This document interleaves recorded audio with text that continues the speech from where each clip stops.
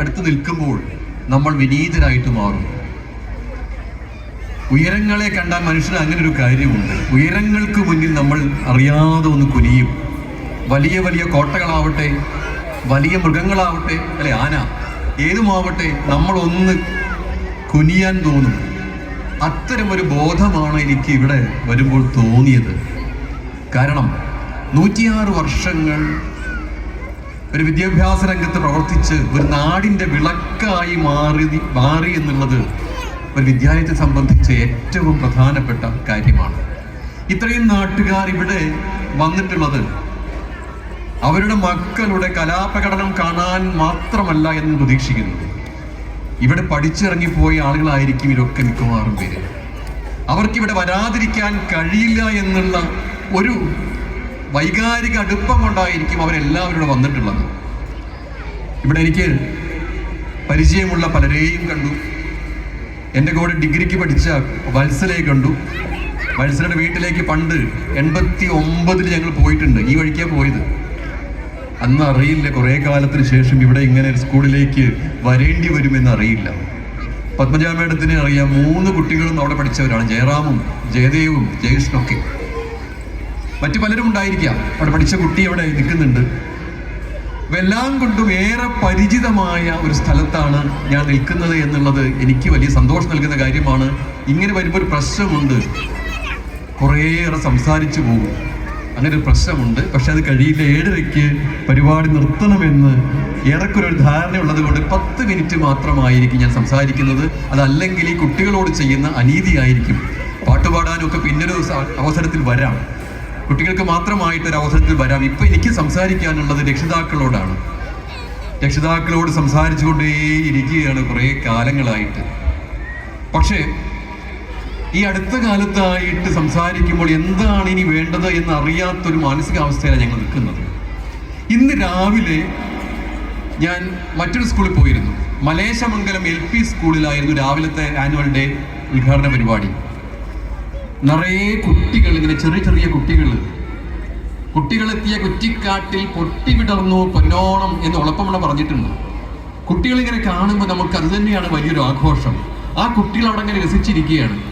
അതിനിടയിൽ രക്ഷിതാക്കളുമുണ്ട്, അധ്യാപകർ ഓടി നടക്കുന്നു. ആ അന്തരീക്ഷം എനിക്ക് ഏറെ ഇഷ്ടപ്പെട്ടു. വൈകുന്നേരവും അതേ രീതിയിൽ, കുറച്ചുകൂടി വലിയ സ്കൂളാണ്. ഇവിടെ UP കുട്ടികളുമുണ്ട്. കുട്ടികൾ ഒന്നുകൂടി മുതിർന്നിട്ടുണ്ട്. LP ക്ലാസ് കുട്ടികളോട് ഞാൻ പറഞ്ഞത്, ഇപ്പോൾ കുട്ടികളൊക്കെ വളരെ നിഷ്കളങ്കരായിട്ടുള്ള, എടുത്ത് ഓമനിക്കാൻ തോന്നിക്കുന്ന കുട്ടികളാണ് നമുക്ക്. ഈ രക്ഷിതാക്കൾക്കൊക്കെ നമ്മുടെ കുട്ടികളെ കുറിച്ച് ഏറ്റവും വലിയ അഭിമാനമാണ്, സമ്മതമാണ്, സ്നേഹമാണ്. അവരുടെ അടുത്ത് പോയി കഴിഞ്ഞാൽ നമ്മളെല്ലാം മറക്കും. നരജീവിതമായ വേദനയ്ക്ക് ഒരു മട്ടർഭകർ ഔഷധങ്ങൾ താൻ എന്ന് പറഞ്ഞിട്ടുള്ളത്. ഈ മനുഷ്യ ജീവിതമാകുന്ന വേദനയ്ക്ക് ചെറിയ കുട്ടികളുണ്ടെങ്കിൽ വലിയ ആശ്വാസമാണ്. എന്നോട് പലരും പറയാറുണ്ട്, പ്രായമായ ആളുകൾ പേരക്കുട്ടികളുണ്ടാവുമ്പോൾ പ്രായം അറിയുന്നില്ല എന്ന് പറയാറുണ്ട്. സ്വന്തം കുട്ടികളോടുള്ളതിനേക്കാൾ സ്നേഹമാണ് അത്ര പേരക്കുട്ടികളോട്. ഇപ്പൊ പലരുടെയും പണി അതായി മാറിയിട്ടുണ്ട് കേട്ടോ.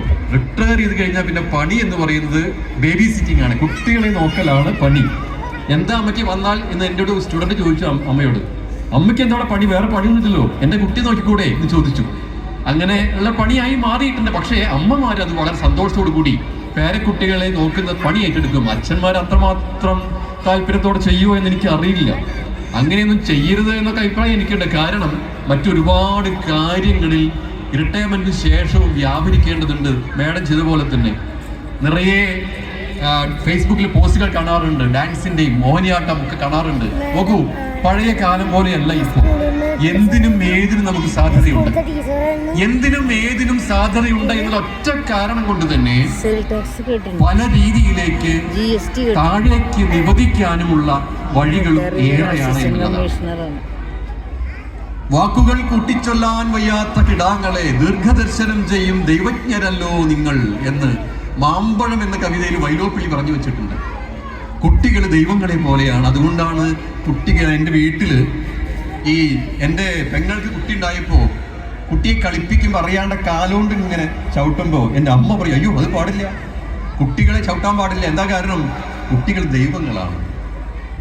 ദൈവങ്ങളായിട്ടുള്ള ഈ കുട്ടികൾ അറിയാതെ പല്ല് വളരുകയും കുറച്ചു കഴിഞ്ഞാൽ അവർക്ക് എന്തൊക്കെയോ മാറ്റങ്ങൾ സംഭവിക്കുകയും ചെയ്യുന്നുണ്ട് എന്നുള്ള രക്ഷിതാക്കൾ അറിഞ്ഞേ പറ്റൂ.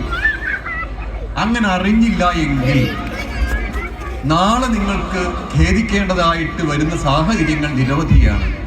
രാവിലെ LP സ്കൂളിലത്തെ പരിപാടി കഴിഞ്ഞ് നിറഞ്ഞ മനസ്സോടുകൂടി ഉച്ചയ്ക്ക് വരുമ്പോഴാണ് മറ്റൊരു ന്യൂസ് കണ്ടത്. കാട്ടാക്കട സ്കൂളിൽ ഒരു കുട്ടി ആത്മഹത്യ ചെയ്തിട്ടുണ്ട്. +1 കുട്ടി ആത്മഹത്യ ചെയ്തിട്ടുണ്ട്. എന്തോ ചെറിയ ചില പ്രശ്നം കാരണമാണ്. ആത്മഹത്യക്ക് വളരെ ഈസിയാണ്. കാരണം ആത്മഹത്യ ചെയ്യേണ്ടത് എങ്ങനെയെന്ന് ഗൂഗിൾ അടിച്ചു നോക്കിയാൽ പെട്ടെന്ന് കിട്ടും. മെറ്റ AI ആണെങ്കിലും ജെമിനി ആണെങ്കിലും ഏറ്റവും കൂടുതൽ ഇറങ്ങിയ DeepSeek ആണെങ്കിലും എങ്ങനെയാണ് വലിയ ബുദ്ധിമുട്ടില്ലാണ്ട് ആത്മഹത്യ ചെയ്യുക എന്ന് ചോദിച്ചാൽ പെട്ടെന്ന് ഉത്തരം തരും. 10-15 വർഷം മുമ്പ് ഒരു സ്ഥലത്ത് പ്രസംഗിക്കാൻ പോയ ഒരാൾ അനുഭവം പറയുണ്ടായി. ഇനി നിങ്ങൾക്ക് ഇഷ്ടമുള്ളത് ചോദിക്കാം എന്ന് പറഞ്ഞപ്പോ ഒരു കുട്ടി ചോദിച്ചു, സാറേ, ഒളിച്ചോടുമ്പോ എന്തൊക്കെയാണ് കൂടെ കരുതേണ്ടത് എന്ന്, ഒളിച്ചോടുമ്പോ എന്തൊക്കെയാണ് കൊണ്ടുപോകേണ്ടത് എന്ന് അന്ന് ആ കുട്ടി ചോദിച്ചു. അന്ന് ഒളിച്ചോട്ടം പരമാവധി കൊച്ചിന്ന് കൊയിലാണ്ടിക്കാണ്. കൊച്ചിന്ന് കൊയിലാണ്ടിക്ക് അല്ലെങ്കിൽ പറയാ പഴഞ്ചൊല്ല് അങ്ങനെയല്ലേ, കൊച്ചിന്ന് കൊയിലാണ്ടി പറഞ്ഞതിന്റെ അർത്ഥം എന്താ? ഭൂമിയുടെ അറ്റമാണ് കൊച്ചിക്കാരെ സംബന്ധിച്ച് കൊയിലാണ്ടി. തിരിച്ചു പുറപ്പെട്ടു പോയി കഴിഞ്ഞാൽ, പണ്ട് വീടുകളിൽ നിന്ന് പുറപ്പെട്ടു പോകാൻ ഏർപ്പാടുണ്ടല്ലേ, നാട് വിട്ടു. അവൻ നാട് വിട്ടു അത്രേ. അവൻ നാട് വിട്ട തന്നെ. പിന്നെ എവിടെ ആർക്കറിയാം? കുറേ കാലം കഴിഞ്ഞാൽ ഒരു പക്ഷേ പഴയ സിനിമകളുടെ പോലെ പെട്ടിക്ക് പിടിച്ച് എന്തെങ്കിലുമൊക്കെ വന്നു. അന്ന് ആരും തിരിച്ചറിയില്ല. പക്ഷെ ഇന്ന് അങ്ങനെയല്ല കേട്ടോ. ലോകത്തെ എവിടെയാണെങ്കിലും വിത്തിൻ സെക്കൻഡ്സ് സ്പോട്ട് ചെയ്യാനുള്ള സംവിധാനമുണ്ട്. മാത്രമല്ല, ഇന്നത്തെ കുട്ടി ചോദിക്കില്ല. പുറപ്പെട്ടു പോകുമ്പോൾ ചാടിപ്പോകുമ്പോൾ എന്തൊക്കെയാണ് കരുതേണ്ടത്, ആരോടും ചോദിക്കേണ്ട കാര്യമില്ല.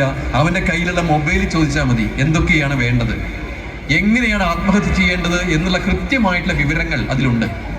എങ്ങനെയാണ് മറ്റൊരാളെ കൊല്ലേണ്ടത് എന്നുള്ള കൃത്യമായിട്ടുള്ള വരും. അവസാനം ഒന്നുമില്ലാണ്ടാവും. പെൺകുട്ടികൾ കുറച്ചുകൂടി കാലം മുന്നോട്ട് കൊണ്ടുപോകും, ആൺകുട്ടികൾ നിർത്തും. പിന്നെ ചോദിച്ചാൽ ദേഷ്യം വരും, ഇതെന്താ പറയാനുള്ളത് എന്നായി മാറും. ഇങ്ങനെയൊക്കെ വരുമ്പോൾ നിങ്ങൾ ആ കുട്ടിയെ ചേർത്ത് പിടിച്ചില്ല എങ്കിൽ, അച്ഛനും അമ്മയും ഒപ്പം ഉണ്ടായില്ലെങ്കിൽ, മറ്റാരെങ്കിലും ആ കുട്ടിയെ ചേർത്ത് പിടിക്കും എന്നുള്ളതാണ്. നമ്മൾ ചേർത്ത് പിടിച്ചില്ലെങ്കിൽ ചേർത്ത് പിടിക്കാൻ സമൂഹത്തിൽ ധാരാളം പേരുണ്ട്. അവരൊക്കെ വിട്ടുകൊടുക്കണോ നമ്മുടെ കുട്ടിയെ എന്നുള്ളതാണ് പ്രശ്നം. MDMA ഉപയോഗിച്ച കുട്ടി, ആദ്യം ചെറിയ ഒരു ഗുളിക പോലെ ഉപയോഗിച്ച കുട്ടി 48 hours 48 മണിക്കൂറിൽ അതിൻ്റെ എഫക്റ്റ് ഉണ്ടാവും. നമ്മൾ അറിയില്ല നമ്മുടെ കുട്ടി എങ്ങനെയാണോ വന്നിട്ടുള്ളത് എന്നുള്ളത്. 48 മണിക്കൂർ കഴിഞ്ഞാൽ അത് വീണ്ടും വേണമെന്ന് ശരീരം ആവശ്യപ്പെടും. ആരാണോ തന്നത് അയാളുടെ അടുത്തേക്ക് ഇവൻ എങ്ങനെയെങ്കിലും എത്തും. 2-4 തവണ ഫ്രീ ആയിട്ട് കൊടുക്കും. അത് കഴിഞ്ഞാൽ വലിയ എമൗണ്ട് പറയും. എമൗണ്ട് കൊടുക്കാൻ കുട്ടിയുടെ കയ്യിൽ ഇല്ല എങ്കിൽ അവനെ കാരിയറാക്കി മാറ്റും. ഇത്തരം ആളുകളെയാണ് ഞങ്ങൾക്ക് ഡീൽ ചെയ്യേണ്ടത്. ഞാൻ നേരത്തെ പറഞ്ഞു തുടങ്ങിയത് അവിടെയാണ്. ഇന്ന് ഞാൻ സ്റ്റാഫ് മീറ്റിംഗ് പറഞ്ഞു, അധ്യാപകർ പ്രത്യേകം ശ്രദ്ധിക്കണം. പഴയ കാലത്തെ ഉപകരണങ്ങളുമായിട്ട് പുതിയ കുട്ടികളെ മെരുക്കാൻ പോകരുത്. ആന എപ്പോഴാ ഓടാന്ന് പറയാൻ കഴിയില്ല. കൊയിലാണ്ടിയിലെ 2 പേരെ കുത്തിക്കൊന്നു എന്നാണ് പറയുന്നത് അല്ലേ. കൂറ്റനാട് ഒരാളെ കുത്തിക്കൊന്നു. ആ കുത്തിക്കൊന്ന ആൾ ആ നിമിഷം വരെ അറിഞ്ഞിട്ടില്ല ഈ ആനയ്ക്ക് എന്തെങ്കിലും പ്രശ്നം ഉണ്ടെന്നുള്ളതേ. ആ കുഞ്ഞുമോൻ എന്നുള്ള പാപ്പാൻ 5 കൊല്ലമായിട്ട് അയാൾ അതിന്റെ പാപ്പാനാണ് അത്രേ. 5 കൊല്ലത്തിൽ അതിനൊരു ഇന്റർവ്യൂ പുറത്തു വന്നു. നല്ല സ്വഭാവമാണ് എൻ്റെ ആനയുടെ എന്നാ പറഞ്ഞത്. നല്ല സ്വഭാവമാണ് എൻ്റെ ആനയുടെ. ഇന്നത്തെ രക്ഷിതാക്കൾ പറയുന്ന പോലെയാണതേ. എൻ്റെ കുട്ടി അത് ചെയ്യില്ല കേട്ടോ, എൻ്റെ കുട്ടി അങ്ങനെ നല്ല മാഷേ, എന്തിനാ നിങ്ങൾ വെറുതെ ആവശ്യമില്ലാണ്ട് പറഞ്ഞുണ്ടാക്കുന്നത് എന്നാ പറയാ. ആ ആന നിമിഷങ്ങൾക്കുള്ളിൽ അതിൻ്റെ രീതി മാറുകയും പാപ്പാനെ നിഷ്കരുണം കുത്തിക്കൊല്ലുകയും ചെയ്തു. ആ ആനയ്ക്ക് മുന്നിൽ പിന്നെ ഒന്നുമില്ല. ഇതേ രീതിയിലുള്ള മതം പൊട്ടാറായ മതിക്കുന്ന ആനകളെയാണ് ഞങ്ങൾക്ക് ഡീൽ ചെയ്യേണ്ടി വരുന്നത്. എപ്പോഴാണ് തരം മാറുക, നിറം മാറുക എന്നറിയാത്ത പ്രശ്നമാണ് ഇപ്പോൾ +2 ക്ലാസ്സിൽ ഹയർ സെക്കൻഡറിയിൽ ഞങ്ങൾ ഫേസ് ചെയ്തുകൊണ്ടിരിക്കുന്നത്. ഇത് ഞങ്ങൾക്ക് മാത്രമായിട്ട് അല്ലെങ്കിൽ അധ്യാപകർക്ക് മാത്രമായിട്ട് ഒരിക്കലും സോൾവ് ചെയ്യാൻ കഴിയില്ല. ഈ കൂടിയിരിക്കുന്ന രക്ഷിതാക്കളുടെ കുട്ടികളൊക്കെ ഹൈസ്കൂൾ ക്ലാസ്സിലെത്തുന്നു, ഹയർ സെക്കൻഡറിയിലെത്തുന്നു. എത്തിക്കഴിയുമ്പോഴും നിങ്ങൾ ആ കുട്ടിയുടെ ഒപ്പം ഉണ്ടായിരിക്കണം. ചുറ്റുപാടും കണ്ണുകൾ വേണമെന്ന് പറയണം. കണ്ണു വേണം ഇരുപുറം എപ്പോഴും അല്ലേ, കണ്ണു വേണം മുകളിലും താഴെയും, കണ്ണിലെപ്പോഴും കത്തിജ്വലിക്കും ഉൾക്കണ്ണ് വേണം അണയാത്ത കണ്ണ് എന്ന് കടമനിട്ട കോഴി എന്ന കവിതയിൽ അവസാനം പറയുന്നുണ്ട്. 4 കണ്ണ് പോരാ. നമ്മുടെ വീട്ടിൽ പറയാറില്ലേ, അവനെ നോക്കാൻ 2 കൈയും കാലൊന്നും പോരാ പറയാറില്ലേ? അതുപോലെ 2 കണ്ണൊന്നും പോരാത്ത സ്ഥിതിയാണ്. അതിലേക്ക് നമ്മുടെ രക്ഷിതാക്കൾ മുതിർന്നേ പറ്റൂ. ചെറിയ കുട്ടികളുടെ എന്തും ചോദിക്കാനും പറയാനുമുള്ള സ്വഭാവം ഒരിക്കലും മാറാതിരിക്കട്ടെ. ചെറിയ കുട്ടി അമ്മയോട് എന്തൊക്കെ ചോദിക്കാറുണ്ടല്ലേ? ഈ വല്ലിയിൽ നിന്ന്, ഇങ്ങനെ കവിത കേട്ടിട്ടില്ലേ? ഈ വല്ലിയിൽ നിന്ന് ചെമ്മേ പൂക്കൾ പോകുന്നിതാ പറന്നമ്മേ. വൈകുന്നേരം കുട്ടി അമ്മയും കൂടി ഇങ്ങനെ കാറ്റ് കൊള്ളാനിരിക്കുകയാണ്. ആ സമയത്ത് കുട്ടിയുടെ ചോദ്യങ്ങളും കുട്ടിയുടെ സംശയങ്ങളുമാണ്. ഈ വല്ലിയിൽ നിന്ന് ചെമ്മേ പൂക്കൾ പോകുന്നിതാ പറന്നമ്മേ, തെറ്റി നിനക്കുണ്ണി ചൊല്ലാം നൽപൂമ്പാറ്റകളല്ലേ ഇതെല്ലാം. മേൽക്കുമേലിങ്ങവ പൊങ്ങി വിണ്ണിൽ നോക്കമ്മേ എന്തൊരു ഭംഗി.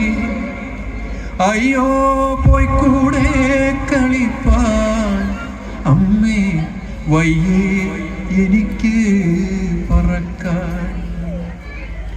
ആവാത്തതിങ്ങനെ എണ്ണി ചുമ്മാ മാൾകൊല്ല എന്നോമലുണ്ണി. പിച്ച നടന്നു കളിപ്പൂ നീ, ഈ പിച്ചകമുണ്ടോ നടപ്പൂ. അമ്മട്ടിലായതെന്തെന്നാൽ ഞാനൊരു തരാമമ്മ ചൊന്നാൽ നാം ഇങ്ങറിയുവതൽപ്പം അല്ലേ? എല്ലാം ഓമനെ ദൈവസങ്കല്പം. കുട്ടി വീണ്ടും വീണ്ടും ചോദിച്ചുകൊണ്ടിരിക്കുകയാണ്. നിങ്ങളോട് ചോദിക്കാറില്ലേ അതെന്താ അങ്ങനെ, ഇതെന്താ അങ്ങനെ ചോദിക്കാറില്ലേ? ഏറ്റവും ഒടുവിൽ ദേഷ്യം വന്ന് അമ്മ പറയും, അതെ അതൊക്കെ ദൈവസങ്കല്പങ്ങളാണ്, നീ നിന്നെ കടന്നു പോയിക്കാ അവിടെ നിന്ന് പറയാറില്ലേ? ആ രീതിയിൽ ഈ കുട്ടികളുടെ ചോദ്യത്തിനുള്ള അവസരങ്ങളുമൊക്കെ നമ്മൾ ഒരിക്കലും കളയാതിരിക്കുക. കുട്ടിയോട് സ്ഥിരമായി സംസാരിക്കുക എന്നുള്ളത് വളരെ പ്രധാനപ്പെട്ടതാണ്. നിങ്ങൾ മാതൃകാപരമായി പെരുമാറുക എന്നുള്ളതും വളരെ വലിയ വിഷയമാണ്. നോക്കൂ, നമ്മളിപ്പോൾ AI യുഗത്തിലാണ് നമുക്ക് ജീവിക്കുന്നത്. കുട്ടികൾക്ക് ഏതും വളരെ നിഷ്പ്രയാസമാണ്. എനിക്ക് അടുത്ത ഒരു മാസം മുമ്പേ എൻ്റെ ഓഫീസിലേക്ക് ഒരു റിക്വസ്റ്റ് ലെറ്ററുമായിട്ട് ഒരു പയ്യനാണ്.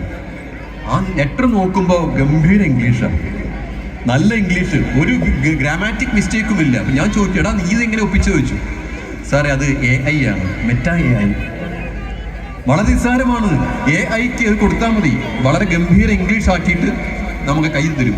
ഒന്നും നമുക്ക് വേണ്ടതില്ല, നമുക്ക് ഇംഗ്ലീഷ് അറിയേണ്ടതില്ല, മലയാളം അറിയേണ്ടതില്ല, ഒന്നുമില്ല, നമുക്കെല്ലാം കിട്ടിക്കൊണ്ടിരിക്കും എന്ന ഒരു യുഗത്തിൽ നമ്മൾ ജീവിക്കുമ്പോൾ രക്ഷിതാക്കൾ കുട്ടികളുടെ പുറകിൽ പെടാതിരിക്കാൻ ശ്രദ്ധിക്കൂ.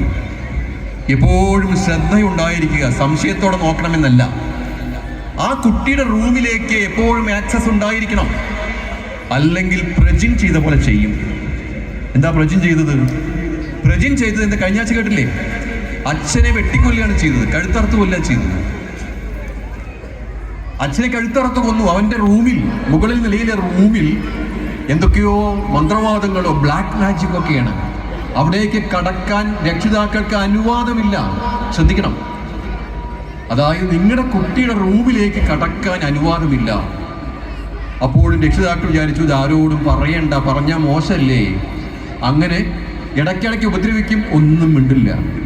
അവസാനം ഒരു ദിവസം തരമില്ലാതെ കാണുമ്പോൾ അച്ഛനെ കുത്തിക്കൊന്നു. അതിനു മുൻപ് ഒരു മകൻ അമ്മയെ വെട്ടിക്കൊന്നത് ഇത് പറഞ്ഞിട്ടാണത്രേ, നിങ്ങൾ എന്തിനാണ് എനിക്ക് ജന്മം നൽകിയതെന്ന് പറഞ്ഞിട്ടാണത്രേ. ഇങ്ങനെ കൊലപാതകമൊന്നും കുട്ടികൾക്ക് തീരെ വിഷയമല്ല. അത്തരം കാര്യങ്ങൾ ഉണ്ടാകുമ്പോൾ നിങ്ങൾ ശ്രദ്ധിക്കണം. ഞാൻ സമയം കൂടുതൽ എടുക്കുന്നു. അപ്പോൾ പിന്നീടൊരു അവസരത്തിൽ നമുക്ക് കൂടെ സംസാരിക്കാം. ഇപ്പോൾ ഇത് കൂടെ സംസാരിക്കുന്നത് ശരിയല്ല എന്നുള്ള ഉറച്ച ബോധ്യമുള്ളത് കൊണ്ട് ഇവിടെ എന്നെ വിളിച്ച ഇതിൻ്റെ സംഘാടകരോട് പ്രത്യേകം നന്ദി പറഞ്ഞുകൊണ്ട് നമ്മുടെ കുട്ടികളെല്ലാവരും നല്ലവരായി മാറട്ടെ, സമൂഹത്തിന് വിളക്കായി മാറട്ടെ. നമ്മൾ ഏത് പരിപാടിയും ചെയ്യുമ്പോൾ വിളക്ക് കൊളുത്തുന്നു. ഇന്നത്തെ പ്രാർത്ഥനയിൽ കുട്ടികൾ പറഞ്ഞത് ഇരുട്ടിൽ തെളിയുന്ന വിളക്കായി മാറണം എന്നുള്ളതാണ്. നമ്മുടെ കുട്ടികൾ വിളക്കുകളാണ്. ആ വിളക്ക് ഒരിക്കലും കെടാതിരിക്കട്ടെ. എല്ലാവരുടെ കയ്യിലും കമ്പ്രാന്തലുണ്ടാവട്ടെ. ഡയോജനീസ് എന്ന ഗ്രീക്ക് ഫിലോസഫർ, അദ്ദേഹത്തിന് ഒരു പണിയുണ്ട് അത്രേ. അദ്ദേഹം പട്ടാപ്പകൽ തെരുവിലൂടെ ഇങ്ങനെ നടക്കും, കയ്യിലൊരു വിളക്ക് പിടിച്ചുകൊണ്ട്. ഇതെന്താ അങ്ങ് കയ്യിലൊരു വിളക്ക് പിടിച്ചുകൊണ്ട് നടക്കുന്നതെന്ന് ചോദിച്ചപ്പോൾ അദ്ദേഹം പറഞ്ഞു അത്രേ, നല്ലൊരു മനുഷ്യരെ തിരഞ്ഞുകൊണ്ടിരിക്കുക, ഞാൻ നല്ല മനുഷ്യരെ തിരയുകയാണ്. അതെന്താ നല്ല മനുഷ്യരെ? ചോദിക്കുന്നവരൊക്കെ പറയുന്നത് ഞാൻ എഞ്ചിനീയറാണ്, ഡോക്ടറാണ്, അധ്യാപകനാണ്, ഹിന്ദുവാണ്, ഇസ്ലാമാണ്, മുസ്ലിമാണ്. എനിക്ക് കാണേണ്ടത് നല്ലൊരു മനുഷ്യനെയാണ്. മനുഷ്യനെ കണ്ടു കിട്ടുന്നില്ല. നല്ലൊരു മനുഷ്യരാവാൻ നമ്മുടെ കുട്ടികൾ കഴിയും. അതിന് സമൂഹത്തിന് ഉത്തരവാദിത്വമുണ്ട്, പൊളിറ്റീഷ്യൻസ് ഉത്തരവാദിത്വമുണ്ട്, പൊതുപ്രവർത്തക ഉത്തരവാദിത്വമുണ്ട്, ഞങ്ങൾ അധ്യാപകർക്ക് ഉത്തരവാദിത്വമുണ്ട്. എല്ലാവരും ഒരുമിച്ച് നിന്നാൽ നമ്മുടെ കുട്ടികൾക്ക് അത്ഭുതം സൃഷ്ടിക്കാൻ കഴിയും. ഈ വിദ്യാലയത്തിന് എല്ലാ ആശംസകളും.